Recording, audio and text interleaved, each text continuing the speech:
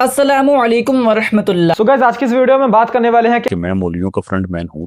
चलो भाई जरा ये वीडियो देखिए। ईरान की ऑलमोस्ट उन्होंने कमर तोड़ दी एक रात के अंदर ही, और ईरान जो इतने अरसे से दावे कर रहा था वो अपने दावों में उस तरह साबित नहीं हो सके। सीधी सी बात है। फरमा रहे हैं कि इसराइल ने ईरान की कमर तोड़ दी है। वो जो ज़ायनिस्ट लैंग्वेज है इस तरह से प्रमोट करना, तुम कुछ नहीं कर सकते। जो मुसलमान हो चुप करके खामोश हो जाए।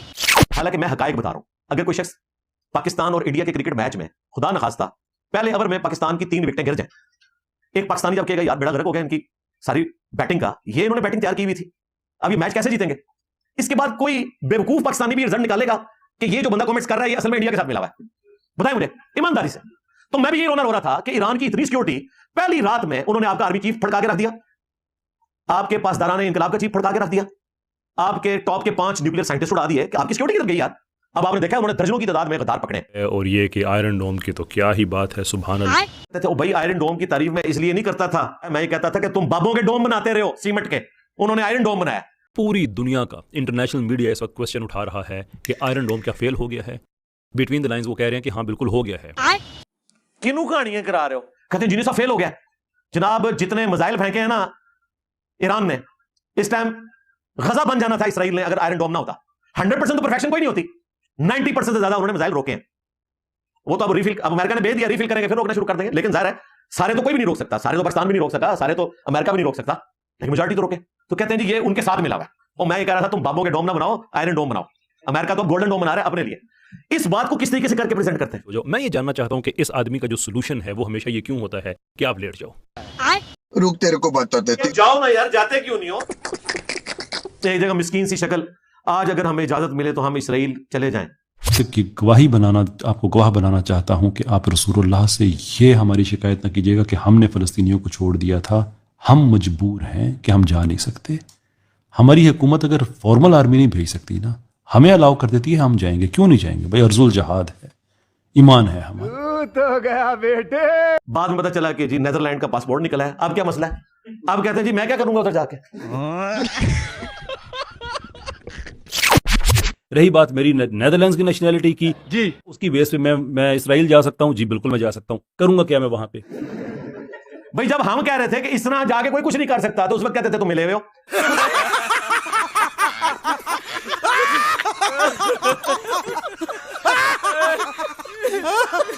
तो कौन से मुल्क की नेशनलिटी आप? नेदरलैंड्स। अच्छा, अब हम कोई बात कर रहे हैं वो अपने मुकदमे में कर रहे हैं, उसकी बुनियाद के ऊपर किसी का मुहर्रक तय करना कि जी ये यहूद व नसारा का एजेंट है इसलिए ये बात कर रहा है। तो फिर मैं ये कहूंगा कि यहूद व नसारा के असल एजेंट तुम हो। तुम चाहते हो कि ईरान को हल्लाशेरी दो ताकि वो अमेरिका से टकराए और अमेरिका उसका कचूमर निकाल दे, और तुम तो ईरान वालों को वैसे ही काफिर समझते हो। तुम देवबंदियों के, बरेलवियों के और वहाबियों के एजेंडे के ऊपर हो। अंदर से तुम ये हो, चाहते हो कि ईरान मर जाए।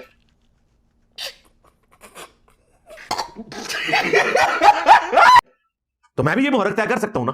भाई आगे स्वाद। स्टोरी बनाने को तो कोई भी बनाई जा सकती है। जिस तरह मैं कह रहा हूं कि ईरान को इस वक्त किसी तरीके से जंग रुकवानी चाहिए वरना कचूमर निकाल देंगे, निकाल दिया 8 सुबह कचूमर उन्होंने। अब अमेरिका भी आ गया जंग में और किसी की जरूरत नहीं, सब बयान देंगे। तकलीफ सिर्फ ईरान के लोग काटेंगे या मेरे जैसे लोग जो मुस्लिम हैं वो काटेंगे।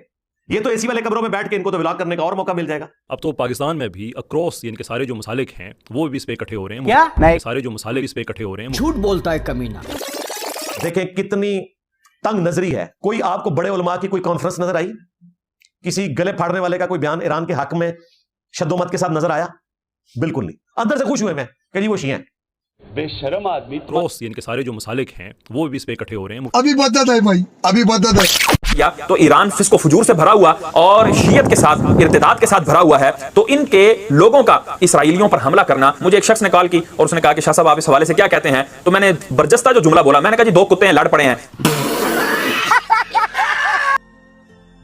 कि मैं मौलवियों का फ्रंट मैन हूँ तो मैं पब्लिकली क्लेम करता हूँ जी मैं एब्सोल्युटली हूँ। अगर ये मुझसे मिजाज हो तो उनके बारे में भी बोले ना।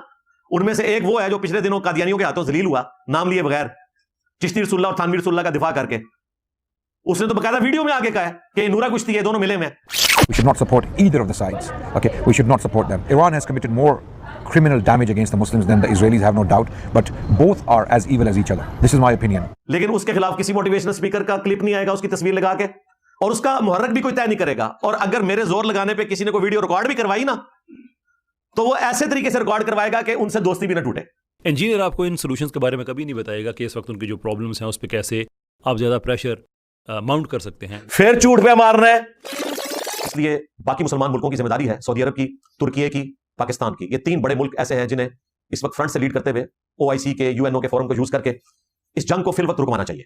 हाँ भाई, कैसी लगी? तीसरी चीज़ जो इंजीनियर ने कही, हाँ जी दसों, वो ये कही कि ईरान डील पे आ जाए। भाई ये डील ईरान खुद मांग रहा है। शुरू से ईरान का तो मौकिफ है कि हमने ये डील लेनी है। 2003 में खामनाई साहब ने ये फतवा दिया था कि एटम बम बनाना हराम है क्योंकि इसमें सिविलियन मरते हैं। मैंने गन पॉइंट पे मुफ्ती आजम ईरान को मैंने गन पॉइंट पे कहा था कि आप ये फतवा दें। नहीं, बिल्कुल आपने गन पॉइंट पे उनसे नहीं कहा था कि वो फतवा दें। ये फतवा उन्होंने कभी दिया नहीं है, साफ झूठ है ये। अब तू गया बेटा, अब तू गया, देख तेरी औकात मैं दिखाता हूँ तुझे। जो सुप्रीम लीडर के फतवा मौजूद हैं वहाँ पर उन्होंने फतवा दिया हुआ है। ये तस्वीर आपके सामने शो हो रही होगी, आप इसको पढ़ सकते हैं। We believe that besides nuclear weapons other types of weapons of mass destruction such as chemical and biological weapons consider the use of such weapons as haram। ਹੱਸਦੇ ਚਿਹਰਿਆਂ ਦਾ ਮਤਲਬ ਇਹ ਨਹੀਂ ਹੁੰਦਾ ਕਿ ਉਹਨਾਂ ਨੂੰ ਕੋਈ ਤਕਲੀਫ ਨਹੀਂ ਹੁੰਦੀ, ਉਹਦਾ ਮਤਲਬ ਇਹ ਹੁੰਦਾ ਕਿ ਇਹਨਾਂ ਨੂੰ ਤਕਲੀਫਾਂ ਨਾਲ ਡੀਲ ਕਰਨਾ ਹੁੰਦਾ। इसका खैर पाकिस्तान के मामले में तो इसको पता नहीं किसने पीछे से चाबी दी, इन साहब को ठीक हो गए। अच्छा, कि जो कह रहे थे कि जर्नलों से कहेंगे तुम्हें टैक्स दे दिया है, अब हमसे ना कुछ कहना। बाद में कह रहे थे कि जान हथेली पे है। बेशर्मीदा शासन वाले हो। इस पे मैं सिर्फ यही अर्ज करूंगा, रुको जरा, सब्र करो। अच्छा, हाँ, हमारे प्लेटफॉर्म से अपने स्टूडेंट्स के लिए यह है कि हम रियासत के साथ खड़े होंगे। अगर हमारी रियासत जंग में जाएगी ईरान की सपोर्ट में, हम उनके साथ खड़े होंगे। फिर मैं उस वक्त ये बातें नहीं करूंगा, ये मैं आपको यकीन दिलाता हूं कि जी आप लोगों ने बेवकूफी कर दी। वो जिस लेवल पे बैठे हैं वो बेहतर डिसाइड कर सकते हैं। इवन उनसे गलत डिसीजन भी हुआ, रियासत के साथ आपको खड़ा होना पड़ेगा, अदरवाइज अनार्की फैलेगी। और अगर वो जंग में ना भी जाएं, सिर्फ सफारती सपोर्ट करें, तो भी हम उन्हें तंग नहीं करेंगे कि एहतजाज करके मुल्क को ब्लॉक कर दें कि जी आप जो है वो ईरान का फौजी साथ भी दें। ये भी हम काम नहीं करेंगे, क्योंकि जिस जगह पे बैठ के वो चीजों को देख रहे हैं उस जगह पे हम नहीं देख रहे होते।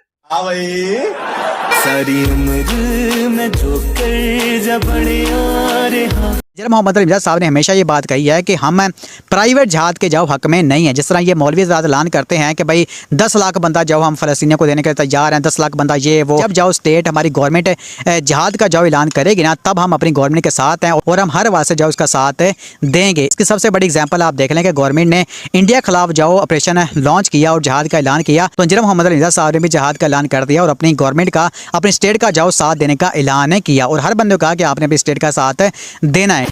इस किस्म के लोगों का इलाज यह है कि उन्हें कहें कि भाई तुम आओ कैमरे पे और बताओ सही बात, और उसके बाद उसके ऊपर अमल करके बताओ। मैंने तो अभी तक कोई मोटिवेशनल स्पीकर, कोई मौलवियों का फ्रंटमैन, कोई मौलवी इसराइल जाते हुए नहीं देखा। इनकी ख्वाहिश थी ना, इसराइल तो अब बिल्कुल हमारे पड़ोस में आ गया ना, जरा ईरान के ऊपर उन्होंने हमला कर दिया, तो ईरान का बॉर्डर क्रॉस करना तो कोई मसला नहीं है, तो जाएं लड़े। तुमने भी सिर्फ बातें करनी है और गालियां मुझे निकालनी है। भाई हम अपने ज़मीर के मुजरिम हैं अगर हम लोगों को अपनी ख्वाहिशात को खबर बनाकर पेश करें।